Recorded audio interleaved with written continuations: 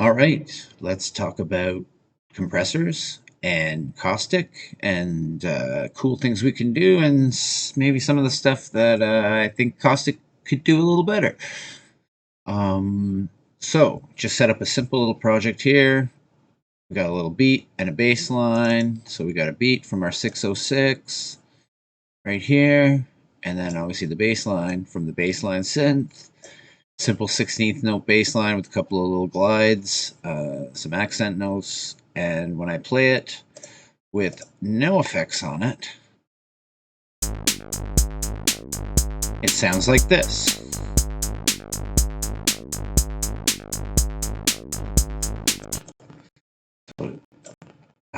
So there's the beat, just a little two-step beat, and anyway, so first of all, let's talk a little bit about the compressor.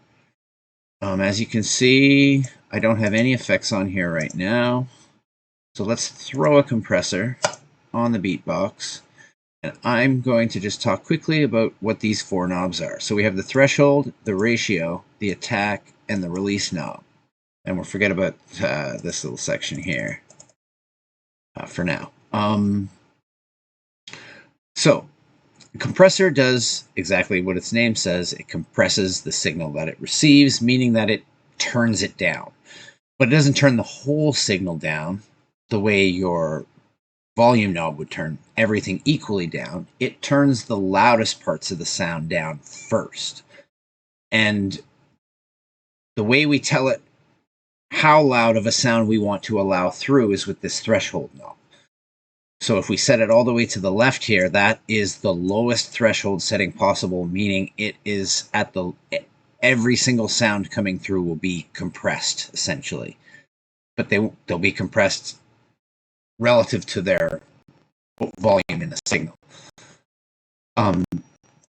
The ratio knob is the level of compression. So this would be the minimum setting for the ratio knob, which would mean the least amount of compression. I don't know what these settings are. I'm assuming this is probably 1 to 2, so meaning that anything above the threshold will be reduced by half. And then you can obviously get all the way to possibly infinity. An infinite setting would mean that it's almost like a brick wall, like it doesn't allow anything above the threshold to get past. Obviously, it probably soft clips. I don't know anything about how the compressor works, so I don't want to talk too much about it, other than to say that the basic way threshold and ratio work, they kind of work in tandem too. Like if you adjust the threshold, you'll get a change in how the compressor responds to the ratio and vice versa. And so you kind of have to work them together to find a setting that you like. The thing I don't like about this compressor is that it doesn't have a way to gain stage. There's no pre-gain knob or anything like that. And there's no post, so that it's hard to balance. First of all, it's hard to drive the compressor because it doesn't act very heavily. And so I find myself having to put something in front of it. So let's just quickly look to drive the signal up. So let's quickly look at how this is working. So as you can see with the maximum ratio,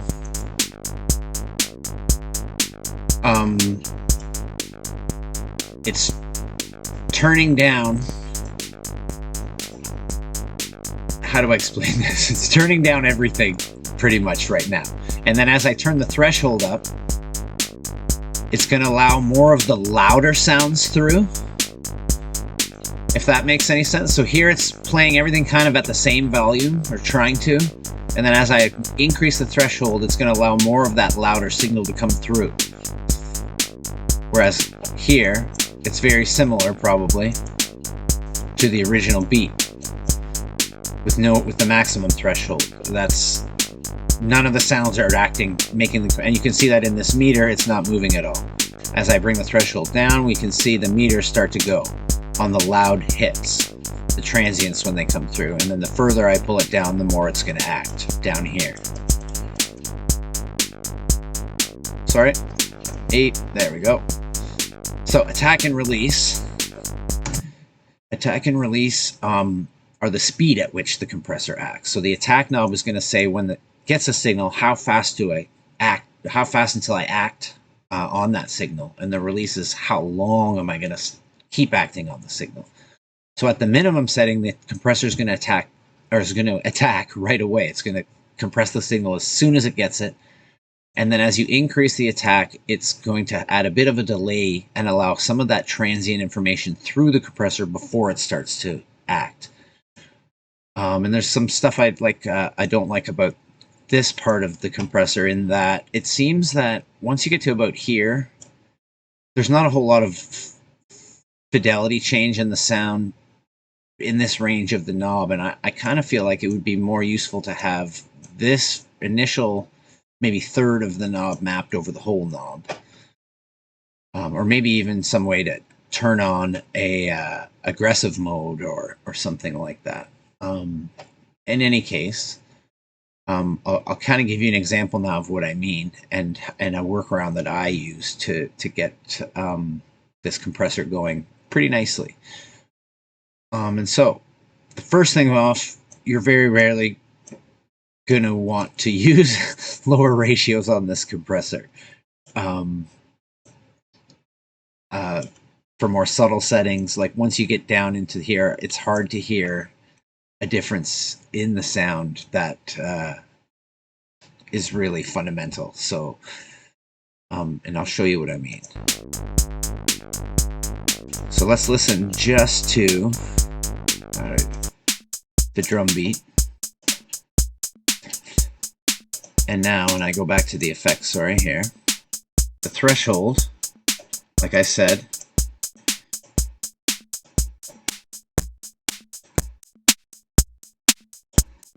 so now it's compressing immediately. And it's compressing everything to almost the same level because it has a maximum ratio and a minimum threshold. And I kind of just increase the release a bit to keep the compressor acting so you can hear it. But you can see this meter is bouncing pretty heavy here. And then as I increase the threshold, more of those louder sounds will be allowed to come through. But we still don't have a lot of transient information. That's being cut off because that's the loudest part of a drum sound when you hit it initially. So if I just kick this up just a notch, you'll hear that the drums come right in. Now if we turn it off and on, you don't hear too much, and that's our threshold. So let's bring that down. And this is what I'm talking about.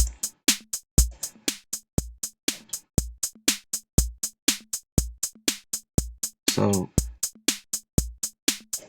I'm going to open the attack just a bit more. Now let's turn it off. Now, I purposely in here put this little tom line, and you can see I put the velocity all the way. Oh, I'll leave that in there. Nice. I put the velocity very low, all the minimum on these toms. And now we're going to try to use this compressor to compress the signal down to a level where we can hear the toms a little more prominently. And so in order to do that, I like to drive the compressor a little harder. And an easy way to drive the compressor harder is to use a limiter without using a limiter. And I'll explain what I mean. I'm going to delete this, and I'm going to put it down here. We're going to keep the same settings, so there's a little bit more attack, a little less threshold, a little higher threshold, a little longer release. That ratio obviously is cranked. And now I'm going to add a limiter, and I'm going to pull down this pre-knob until I see that this limiter is actually not limiting the signal in any way. So there we go. It's a little bit still. There. Now, this is doing nothing right now. No matter what I do to any of these knobs, it's not going to change the signal other than the post. It's going to turn it up. And that's the one we're going to use. So we're just increasing the volume of the signal going into the compressor. You can see this meter is starting to bounce. as I turn this up. Now we're really driving this compressor. So you can hear the loud signal. Uncompressed, we can't hear that tom. Now, let's bring the release down.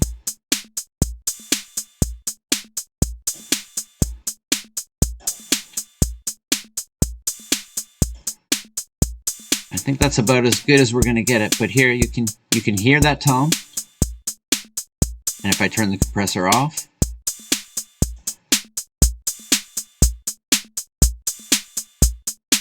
it's a little more buried behind everything. But you also hear that we lose some of the character of the drums when we compress them.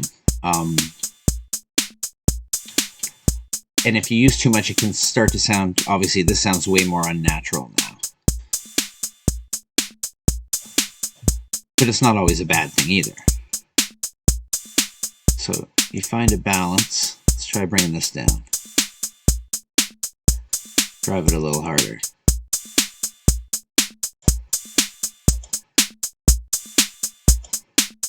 There. Those are nice and tight. We're compressing the tails of those drums nicely.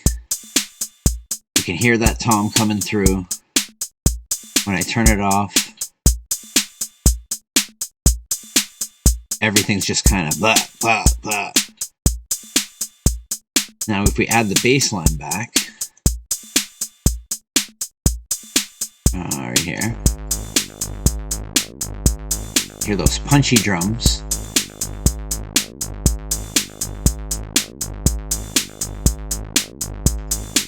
Let's turn this just down a bit. Maybe I'll turn it down in the mixer.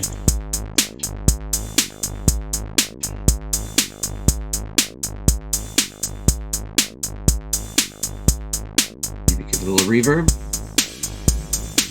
No. So let's go back to our effects. Let's turn that compressor off now.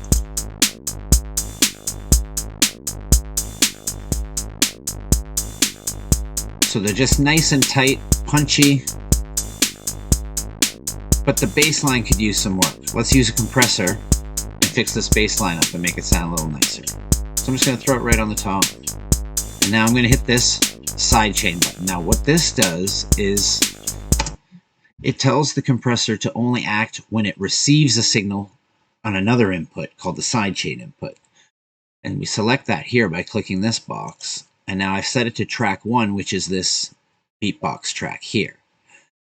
So it's going to send a signal to the compressor as well as the bass line that's on this track. And when the compressor receives a signal from the sidechain input, it's going to tell the compressor to act.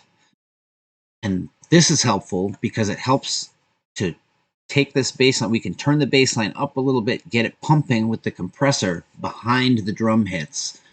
It's a technique known as aptly named sidechain compression. And you might have heard that before, but this is how we can do it in Caustic. So let's hit play again. And you'll hear with extreme settings, it's pushing the whole bass line away. Well, I still want to be able to hear it. So how do we fix that? Well, first, we can't hear our 16th notes, which tells me the attack or the release is the culprit. So I'm going to turn up the attack a bit to allow the transient information of that bass line to come through. And then I'm going to keep my release pretty short because they're short notes. I'm also going to turn the threshold up. And I'll probably leave the ratio right here. Now let's turn this off. Kind of messy. And as soon as I turn it on, you can hear those drums punching through that bass line a lot nicer.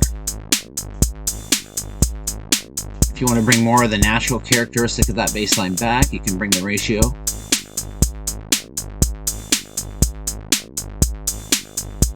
And you can also automate things here. Like if you just find something that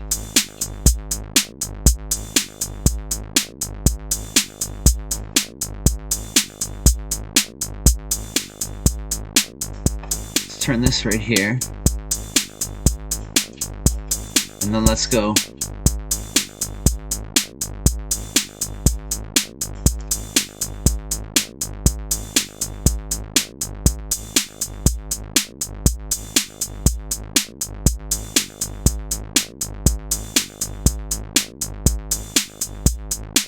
So you can use it as sort of an effect to add variation to your tracks.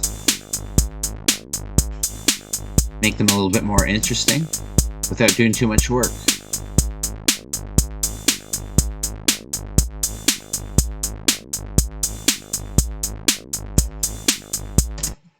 So maybe I'll leave it there. I hope that clears up a couple of things. So once again, sidechain compression. You can use that all over the place. And just to kind of sit elements of your mix apart from each other and give them their own space so that drums come through. The bass line's still nice and loud. You can use it with vocals. You can use it with all kinds of different ways. Anytime you want to feature something, you want to push, you could sidechain the rest of your mix to that item a little bit and have it kind of stand out from the rest because it's pushing everything else away. It adds depth and space to your mix when you start thinking those kind of ways. Yeah, and obviously just play around and listen closely to the changes that you're making and what's happening in the music. Pay attention, and you'll start to get those little things and figure these things out, and it'll just make sense, and then you'll be compressing. Have a great wonderful day, and stay safe out there. And we'll see you next time.